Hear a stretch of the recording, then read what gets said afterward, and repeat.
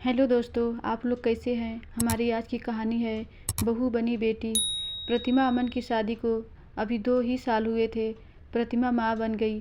कम उम्र में बच्चे को संभालना उसने बड़े आराम से कर लिया। पर अगले 2 साल में प्रतिमा को एक और बेटा हुआ।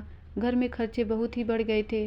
अमन की प्राइवेट छोटी सी नौकरी, जिससे सबका लालन पालन सब ठीक ठाक चल रहा था, पर आगे बच्चों के भविष्य को लेकर अमन प्रतिमा थोड़ी चिंता में रहते थे।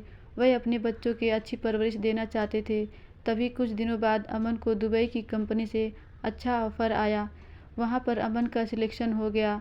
सैलरी पैकेज भी बहुत अच्छा था, पर सबको दुबई ले जाने का खर्चा बहुत होता और अमन परिवार को छोड़कर जाना नहीं चाहता था, इसलिए वह इस जॉब को ज्वाइन नहीं करना चाहता था। प्रतिमा को पैसे की बहुत चाह थी, इसलिए उसने जबरन बहुत जोर दिया कि मैं यहाँ पे बच्चों को अच्छी तरह से पाल लूँगी और आप जाओ, समय समय पर बच्चों और मेरा खर्चा आप भेजते रहना।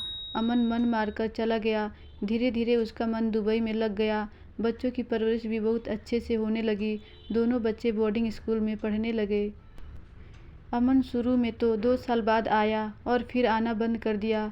प्रतिमा को लगा कि उसने गलत तो नहीं किया अमन को दुबई भेजकर। अब अमन पैसे तो भेज देता, पर आने में आनाकानी करने लगा। धीमे धीमे वह बीवी बच्चों से मतलब रखना बंद कर दिया। अब उसकी एक गर्लफ्रेंड भी बन गई थी। वहाँ की नागरिकता लेने के लिए उसने उस लड़की से शादी भी कर ली। अब तो वह घर आना जैसे मानो भूल ही गया। प्रतिमा ने अपने बल पर बच्चों को पाला बड़ा किया और फिर बड़े बेटे की शादी कर दी। बड़ी बहू तो आते ही बेटे को लेकर अलग हो गई। प्रतिमा बहुत टूट चुकी थी।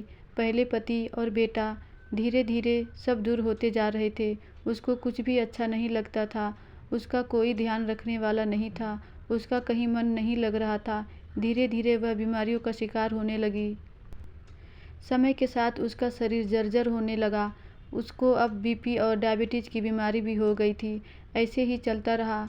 कुछ महीने बाद छोटे बेटे ने बताया कि मुझे एक लड़की पसंद है, मैं उससे शादी करना चाहता हूँ।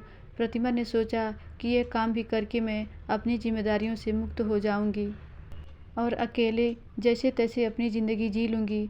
शादी भी बड़ी धूमधाम से बिना अमन के आए बीत गई। प्रतिमा को लग रहा था कि यह भी बहू मेरे बेटे सोम को लेकर चली जाएगी, पर ऐसा नहीं हुआ। निया बहुत ही समझदार निकली। वह प्रतिमा का बहुत ही ध्यान रखती थी। उसको समय पर दवा देना, उसके साथ बैठना, बातें करना, अपने साथ बाहर ले जाना आदि सब बातों का वह पूरा ध्यान रखती थी। उसको एहसास था कि सोम के पिता ने माँ के साथ बहुत ही गलत किया, इसलिए माँ टूट सी गई हैं और बीमार रहने लगी हैं।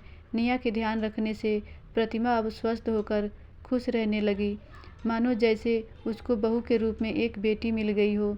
दोनों बहुत ही घुल मिल कर रहती थीं। धीरे धीरे प्रतिमा जैसे अपने सारे गम को भुला दी। 1 साल बाद निया माँ बन गई। अब बच्चे के आने पर प्रतिमा का समय कहाँ चला जाता पता नहीं चलता।